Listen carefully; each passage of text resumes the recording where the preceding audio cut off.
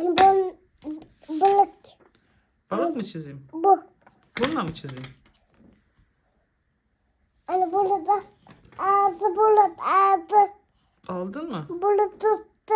Tuttu tamam. Ha? Hani bulut yap.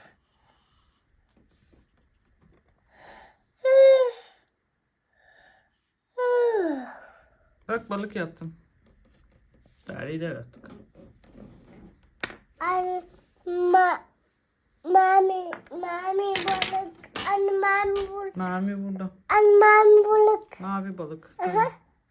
Tamam anne şimdi küçük bir balık çizsin. Mami balık yap. Mavi balık geliyor.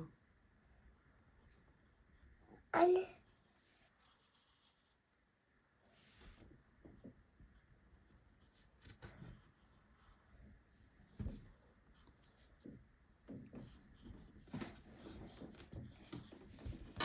Burada değişik bir balık oldu.